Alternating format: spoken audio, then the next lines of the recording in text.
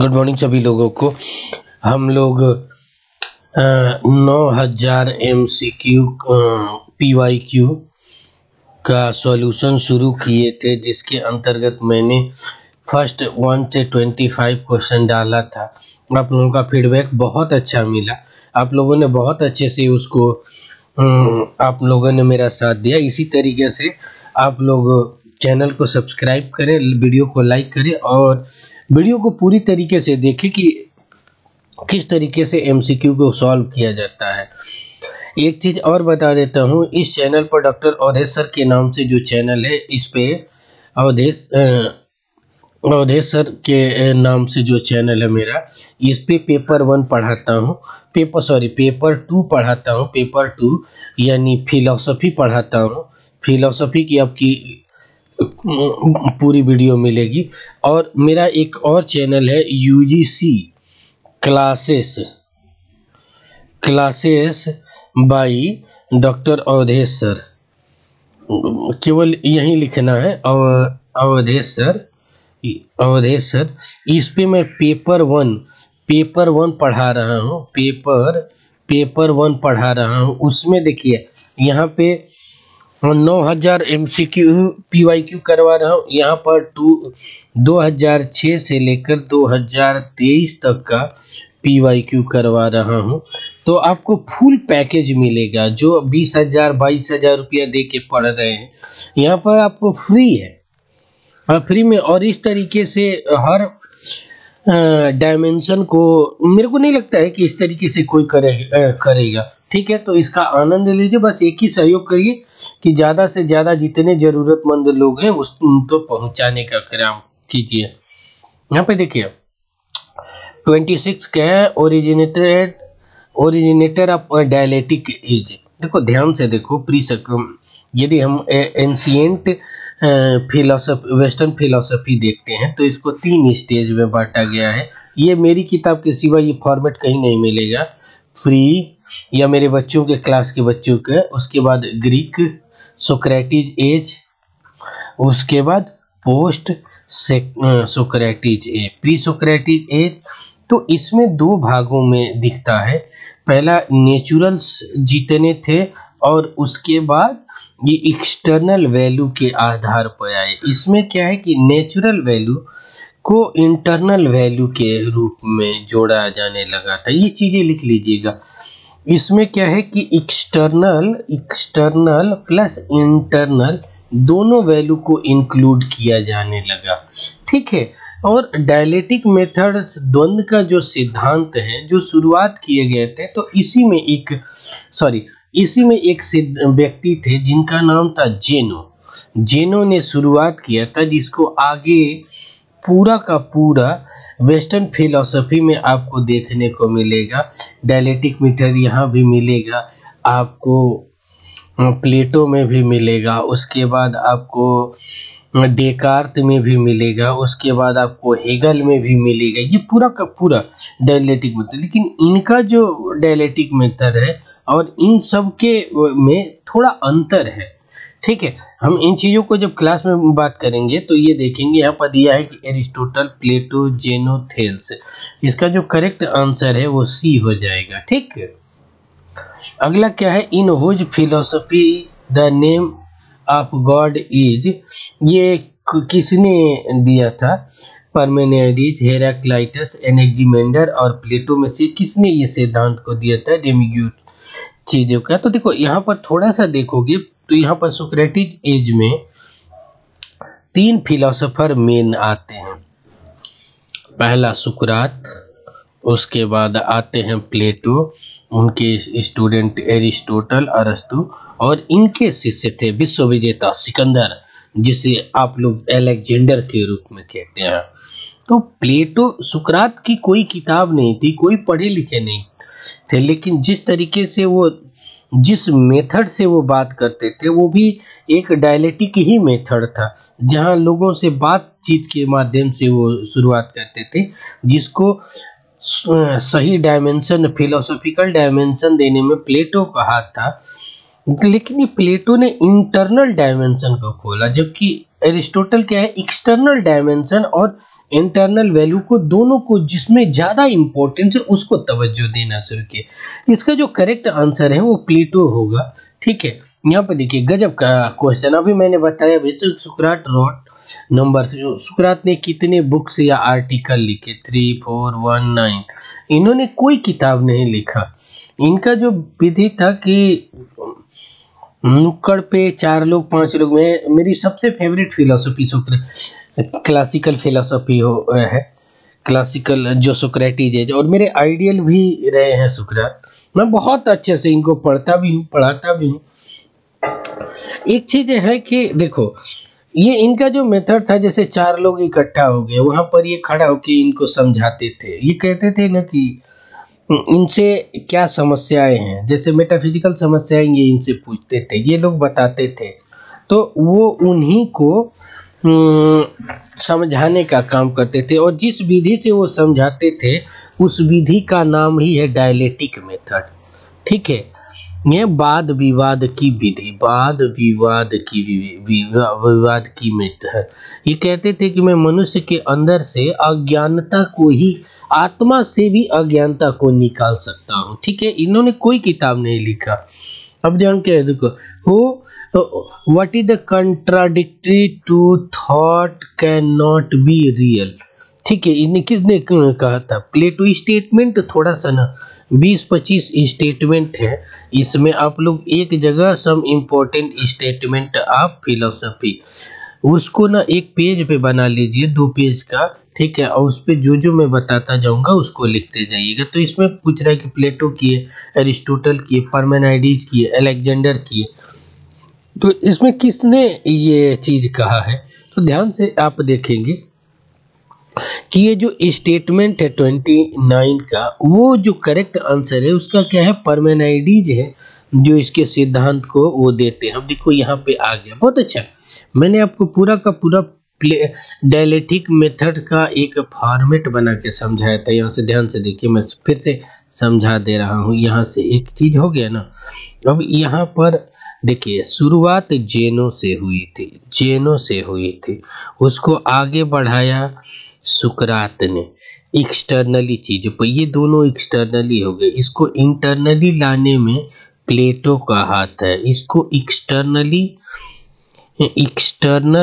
और external value पर importance value के आधार पर ले गए एरिस्टोटल। उसको लॉजिकल आधार पर ले जाने का काम किए थे डेकार्त। ठीक है, ये भी बुद्धिवादी ही दार्शनिक है। ठीक है, जबकि इसको आगे बढ़ाने में बुद्धि और ये चीज़ों को मिलाकर आगे किया हेगल ने।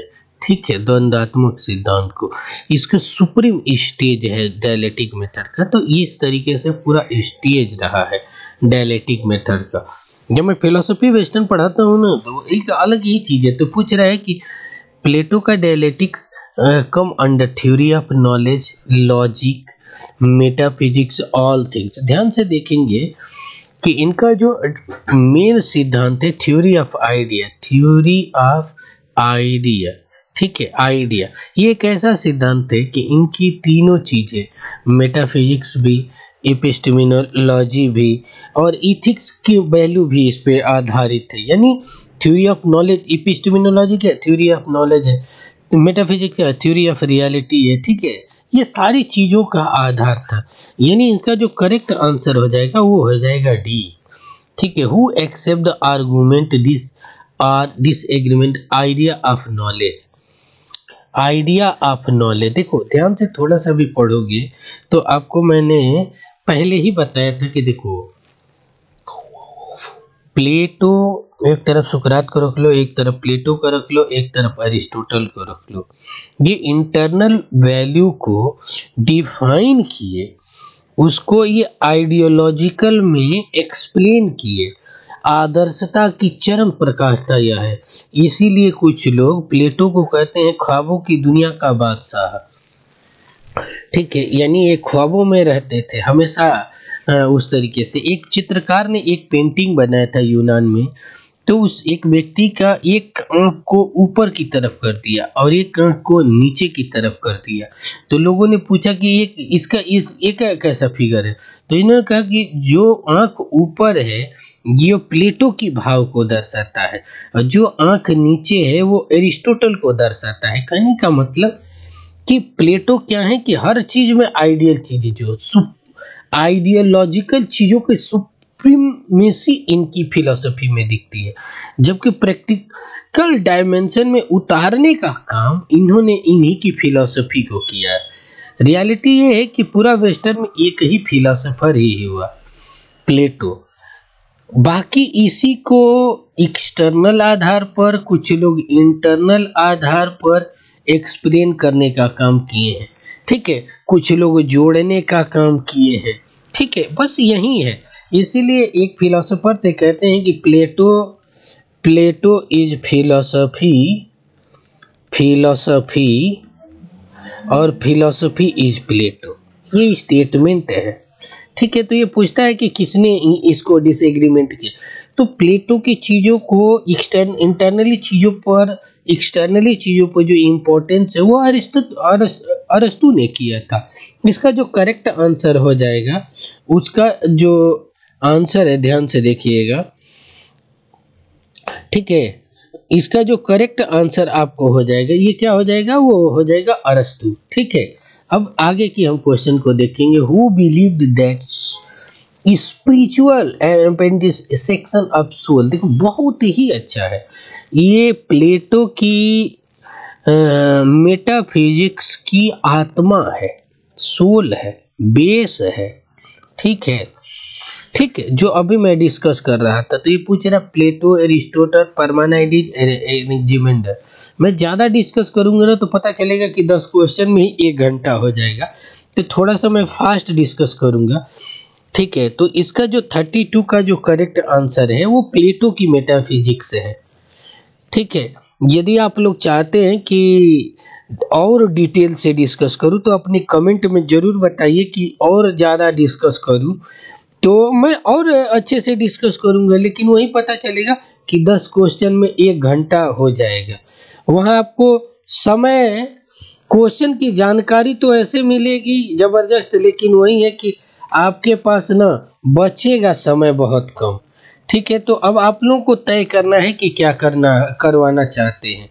आप जैसा कहेंगे मैं वैसा करूँगा, ठीक है, ठीक है। तो इसका जो करेक्ट आंसर हो गया वो प्लेटो हो गया। देखो ध्यान से देखना, एक जबरदस्त वेस्टर्न थिंकर में, वेस्टर्न फिलोसोफर में प्लेटो और अरस्तु एक ऐसी नींव है जो पूरी तरीके से वेस्टर्न न केवल फिलोसफी को बल्कि पॉलिटिकल साइंस को, सोशियोलॉजी को, सारी चीज़ों में, अरस्तु के बारे में तो यहाँ तक कहा जाता था कि दुनिया में न तो इसके जैसा कोई इंसान आया था, न आया है, न आएगा। वो कई सब्जेक्टों के ज्ञाता थे। अब अगला क्वेश्चन है कि फाउंडर ऑफ साइंटिफिक लॉजिक किसको माना जाता है, प्लेटो को, एरिस्टोटल को, पाइथागोरस को, पार्मेनाइडिस को। मैं अभी प्लेटो और अरस्तु की बात कर रहा था, प्लेटो और अरस्तु। तो ये इनको क्या बोला कि इनको मैं ख्वाबों की दुनिया का बादशाह बताया प्लेटो को। ये प्रत्यय सिद्धांत में हर चीज़ों को आदर्शता के आधार पर देखते हैं, जबकि यदि वो देखा जाए अरस्तु को तो ये प्रैक्टिकल डायमेंशन। मैंने एक फिगर बनाया था कि एक चित्रकार था, उसने एक अंक ऊपर कर दिया था, एक अंक नीचे कर दिया। तो यही नीचे क्या आंक करने का मतलब ही है कि ये लॉजिकल चीज़ों के आधार पर हर विषय वस्तुओं को अपनाते थे।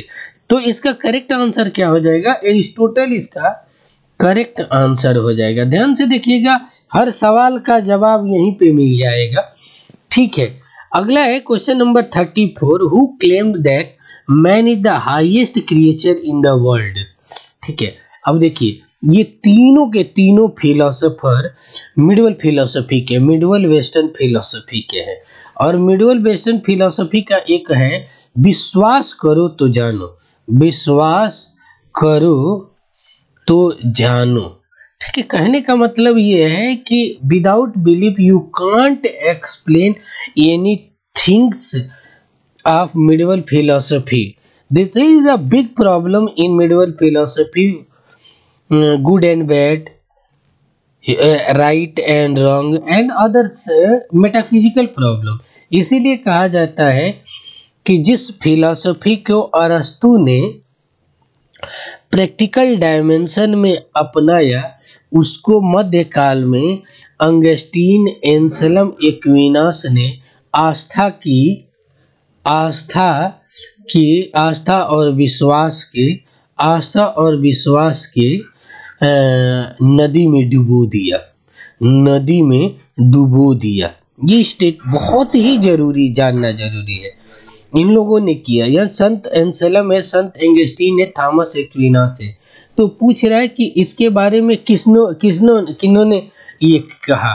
तो देखो इसका जो स्टेटमेंट है वो थॉमस एक्विनास का है, ठीक है, इसे याद रखिएगा, ठीक है। उसके बाद अगला क्वेश्चन है the stage of moral conservation as the saint Augustine is.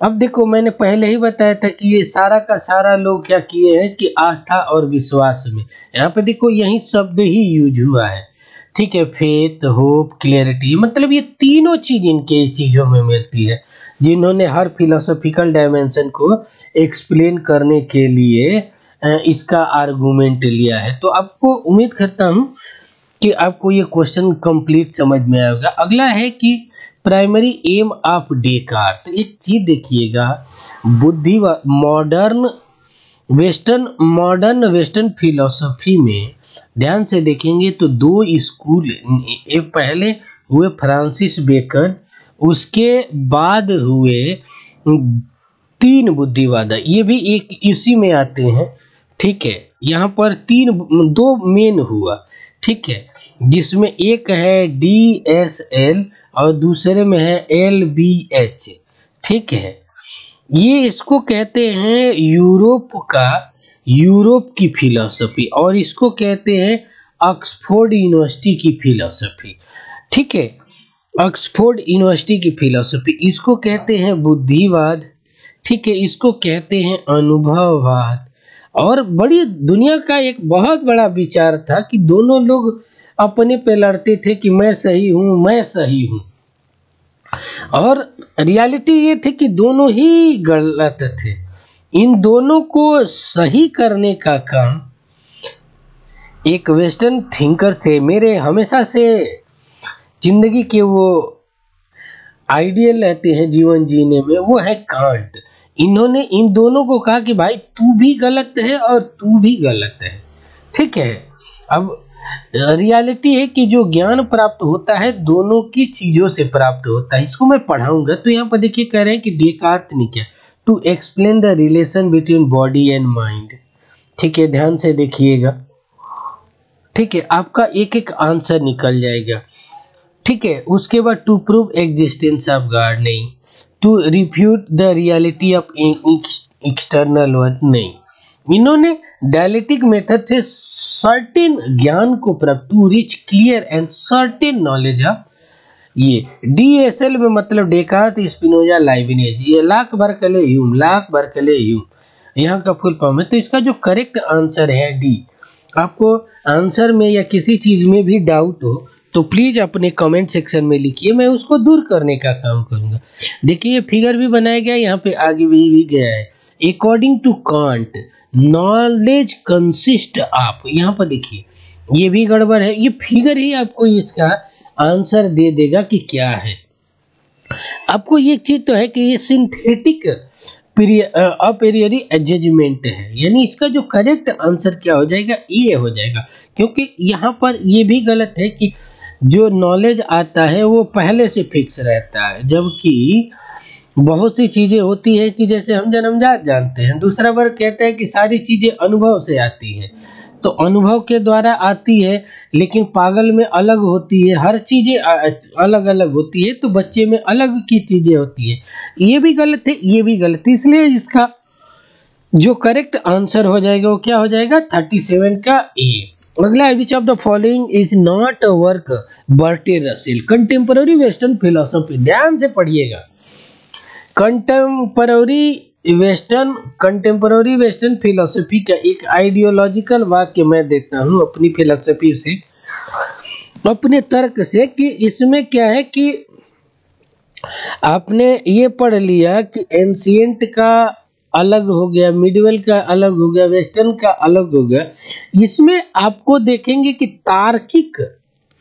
तार्किक लॉजिकल के साथ साथ आपको मैथमेटिकल और इम्पोर्टेंस ऑफ ह्यूमन वैल्यू को ज़्यादा दिया गया था। ठीक है, सारे के सारे यदि हम इसकी चीज़ें देखें तो मूर, रसेल और विटगेन्स्टाइन को एक साथ देखने का काम किया जाता है। ठीक है, जिन्होंने हेगल की छूटी हुई गलतियों को सुधार कर लॉजिकल फॉर्म में फिलॉसफी को प्रस्तुत करने का काम किया। तो ये पूछ रहा है कि बटे थे डिस्कोर्स ऑन मेथड। ठीक है, ये किताबों के बारे में पूछता है। Our knowledge of the external world and inquiry into meaning and truth, human knowledge, it scope and limits. इस पुस्तकों का नाम आपको याद करना पड़ेगा। ठीक है, डिस्कोर्स ऑफ मेथड्स इनकी किताब नहीं है। ठीक है, ध्यान रखिएगा। Who said God is a famous statement है। यही मैंने बोला था ना कि स्टेटमेंट जरूर लिख लीजिए एक कॉपी पे। बड़ी सनकी आदमी था, नीत्शे, इसका फेमस आदमी है, इसमें तो बताने की ही जरूरत नहीं है कि किसने कहा था। हु सेड, जो CUET PG के बच्चे हैं वो इसको विशेष रूप से देखें। ठीक है, उनके लिए बहुत उपयोगी होगा। NTA UGC नेट के जो बच्चे हैं जिनका कंसेप्ट ही क्लियर नहीं है, उनके लिए तो ये रामबाण औषधि के रूप में है। ठीक है, अब अगला क्वेश्चन है who called God is Natura. ये किसे, ये एक सबसे फेमस, ये देखिए ऐसे जब भी मिले तो याद रखिएगा स्पिनोजा का है। ठीक है, जिनकी तुलना हम इंडियन फिलॉसफी में आचार्य शंकर से करते हैं। ठीक है, तो याद रखिए कि फेमस स्टेटमेंट एक ही जगह लिख लीजिएगा। मैं कोशिश करूंगा कि हर स्टेटमेंट को लिखवा दूं। आप एक तरफ दो नोट्स PDF देखिए, वीडियो का लेक्चर देखते समय 2 नोट्स जरूर आप बनाइए। एक some important statement of philosophy, ठीक है, बहुत इंपॉर्टेंट है, और दूसरा some important books of philosophy. ठीक है, ये 2 बनाइए। ठीक है, ये बहुत काम करेगा।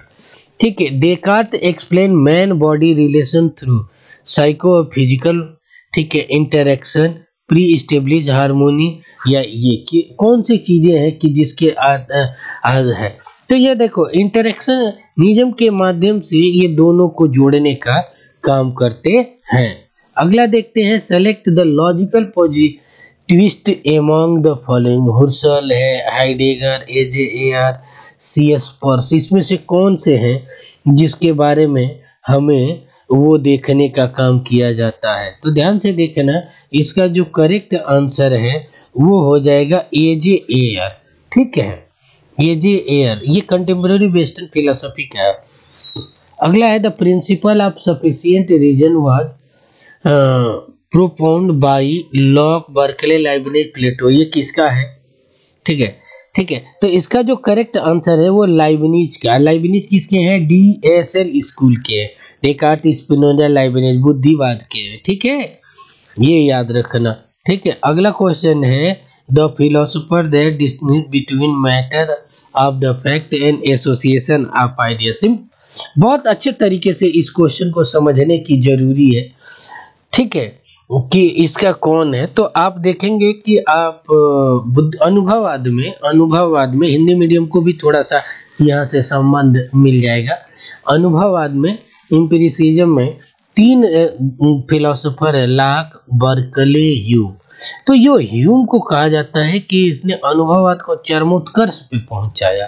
ठीक है, और जहाँ पर मैटर के बारे में और उससे संबंधित आइडिया को इन्होंने अनुभव चीज़ों के आधार पर एक्सप्लेन करने का काम किया। यहाँ पर देखिए ना, ये आज मान लीजिए कि सपोज दैट आपको विकल्प नहीं आता है, ठीक है, तो यहाँ पर ध्यान से देखिए कि DSL ये तीनों बुद्धिवादी है, रैशनलिज्म के। एक ह्यूम ही है जो प्रैक्टिकल डायमेंशन की चीज़ों को बात करते हैं।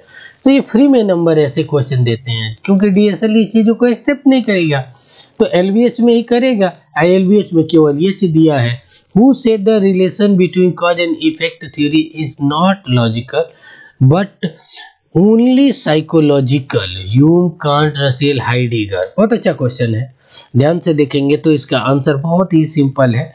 आप अस्तित्ववादी दार्शनिकों में नाम पढ़ेंगे तो अस्तित्ववादी में दो हैं, ठीक है। एक आता है कि जो गॉड को नहीं कर मानता है और एक होता है कि गॉड को मानता है। तो मार्टिन हाइडेगर है जो इस चीज को मानते हैं, ठीक है। अगला है डेविड ह्यूम के बारे में, जो कि डेविड ह्यूम किस ग्रुप के हैं, एम्पिरिसिज्म का, जिसमें कौन कौन से हैं, तो LBH ग्रुप के हैं फिलोसोफर, लॉक, बर्कले, ह्यूम का, ठीक है। तो एम्पिरिकल, पॉजिटिव के ये चीजें कौन कौन सा सही है, तो देखो अनुभविक चीजें तो 100% सही है, ठीक है। अनुभविक चीजें 100% सही है, ये तो विकल्प सही है नहीं, ये चीज भी गड़बड़, ये चीज भी गड़बड़ है, ठीक नहीं, सही है, 100% सही है, ठीक। उसके बाद ये भी सही है, एग्नोस्टिक भी सही है, ऑल इज करके, मतलब इसका देखिए ये पूछ रहा है कि 1 और 2 करी नहीं, मतलब चीजें चारों सही है, यानी डी इज करेक्ट आंसर हो जाएगा।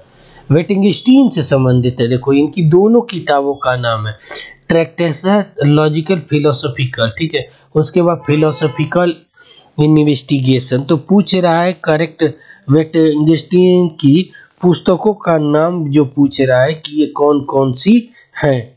तो ध्यान से देखिए, या अनसर्टेनिटी, यहाँ पर देखिए, तो यहाँ पर देखेंगे कि 1, 2, 3, 4 चारों की चारों किताब, जिसमें से ये दोनों किताबें बहुत ही फेमस है, ठीक है। तो इसको तो हमेशा याद रखिए, ये दोनों भूल भी जाती है तो कोई ज़रूरत नहीं है, ये याद रहनी बहुत बहुत ही ज़रूरी है, ठीक है। अगला है कि following item consist two statement on label, ठीक है। ऐसे कथन और कारण क्या है, तो लॉक का कथन क्या है, लॉक टू स्टार्ट माइंड, ठीक है, right, lock reject intent idea, ठीक है। देखो तो लॉक भाई एक चीज तो है, ये अनुभववादी है, अनुभववादी है, जो LBH ग्रुप के सदस्य हैं, ठीक है। तो यहाँ पर लॉजिकल चीज़ों को देखोगे तो ये एक्सेप्ट करता है कि नहीं करता है, तो आपको पता चलेगा कि ये इस चीज़ को मानते हैं, ठीक है। और लॉक रिजेक्ट इंटेंट, क्योंकि ये अनुभव एक्सटर्नल चीज़ों को मानते हैं, ये इसलिए इसकी व्याख्या करता है, यानी A और R दोनों सही है और R की व्याख्या कर रहा है, यानी both A are true and R is explain A, ठीक है, करेक्ट आंसर हो गया। अगला है कि what is the correct sequence of the following, ठीक है। थेल्स है, प्लेटो है, ये चीज़ें तो आपको याद रखना पड़ेगा भाई, और बहुत सिंपल क्वेश्चन है, जो मैंने पहले ही फ्लो चार्ट बनाया था तो मैंने बताया था कि एंशिएंट को 3 भागों में, प्री सोक्रेटिक, सोक्रेटिक, उसके बाद पोस्ट सोक्रेटिक, उसके बाद मिडवल को 3 भागों में बांटते हैं, ठीक है। एक क्वीन अंगस्टीन, उसके बाद थॉमस एंसेलम, उसके बाद थॉमस एक्विनास, ठीक है, इन तीनों के। उसके बाद क्या है, मॉडर्न वेस्टर्न फिलोसफी, इसके 3 स्टेज, ध्यान से देखिएगा, DSL, ठीक है, LBH, LBH, उसके बाद कांट, उसके बाद हेगल, भैया काम खत्म, ठीक है। उसके बाद कंटेम्प्रेरी वेस्टर्न फिलोसफी, इसको 4 भागों में बांटा जाता है, ठीक है, ठीक है। ध्यान से देखिए, अरे सॉरी ये गड़बड़ा गया, ठीक, सॉरी ये थोड़ा सा वो हो गया हो, ठीक है। तो ये चीज़ें हैं, तो यहाँ से देखेंगे इसका जो करेक्ट आंसर थेल्स है, प्रोटोगोरस है, प्लेटो है, थॉमस एक्विनास है, ये क्रम से आ रहे हैं, ध्यान से देखिए इसका थेल्स। ये प्री सोक्रेटिक एज के हैं, प्रोटोगोरस ये प्री सोक्रेटिक एज के हैं, प्लेटो सोक्रेटिक एज के फिलोसोफर है, थॉमस एक्विनास मिडिल फिलोसफी के। इसका जो करेक्ट आंसर क्या हो जाएगा, ये हो जाएगा। ये देखिए सी, बहुत ही अच्छा क्वेश्चन और बहुत ही लास्ट अंतिम दमदार क्वेश्चन। ध्यान से देखिए, ऐसे जब भी क्वेश्चन मैच द फॉलोइंग है ना, तो एक ही काम करना चाहिए, कोई एक मिला लो, कोई एक मिला लो, अपना काम बन जाएगा। ध्यान से देखो, जैसे मान लो कि हमको ये डेकार्त का डॉक्ट्रिन ऑफ इंटेंट आइडिया, ठीक है, यहाँ पर देखोगे कि ये चीजें थिंकर्स, ये चीजें क्लियर हो गया, यानी बी पी, यानी ए का बी हो जाएगा, यानी ये दो जगह है, ये भाई कैंसिल हो गया। मैं हमेशा कहता हूँ कि पढ़ने वालों के लिए दो ही विकल्प होते हैं, ठीक। उसके बाद क्या हो जाएगा, बर्कले का ये है सत्ता दृश्यते का सिद्धांत। ये नहीं भी मालूम है तो यहाँ पर ध्यान से देखिए कि बी का 3 होगा, बी का 3 एक ही, देखो बी का 3 दो जगह था, यानी ए और ये, वैसे भी ये कैंसिल और ये कैंसिल हो गया था। ये तो सिंपल है, सभी जानते हैं, जो कम पढ़ा है वो भी बीए का बच्चा भी जानता है सत्ता दृश्यते, ठीक है। अब बच्चे क्या है, सी का लाइबनिज का क्या है कि डॉक्ट्रिन ऑफ चिदड़ूवाद, ये फ्री का नंबर है। देखो कुछ नहीं, मोनड्स आ गया तो चिदड़ू भाई का हो गया, ये सत्ता दृश्यते आएगा तो बर्कले भाई, उसके बाद कोई जो हमको नहीं आता है कई को, मतलब ऑटोमेटिक आंसर मिल गया, ठीक है। इसका जो करेक्ट आंसर है वो क्या हो जाएगा, बी। तो आप लोगों से रिक्वेस्ट है कि आपको मैंने आज 25 क्वेश्चन करवाया, जिस तरीके से आप लोगों ने पहले 25 क्वेश्चन किया था, अपने सुझाव दिया, बहुत अच्छा लगा। मुझे लगा कि मेरे परिवार के सदस्य, मेरे बच्चे इस चीज़ का आनंद ले रहे हैं और अच्छे से पढ़ रहे हैं। तो इसमें भी अपना कमेंट लिख कर बताएं कि क्या सुझाव चाहिए और क्या चीज़ें। देखो मैं ज़्यादा डिस्कस करूंगा ना तो पता चलेगा कि 10 क्वेश्चन में ही 1 घंटा हो जाएगा, क्योंकि यहाँ प्री सोक्रेटिक है तो पूरा का पूरा खोल देना पड़ेगा, ठीक है। इतना जरूरी है, थोड़ा सा आप लोग ना बुक्स को जरूर पढ़ें, ठीक है, उसके बाद ये चीज़ों को आएगा। और फर्स्ट पेपर पर बहुत अच्छा से डिस्कस हो रहा है, UGC classes by doctor Avadhesh sir, Google पे सर्च करें, यूट्यूब पर सर्च करेंगे तो मिल जाएगा, उसको भी सब्सक्राइब कीजिए और ज़्यादा से ज़्यादा वीडियो को देखिए, ठीक है।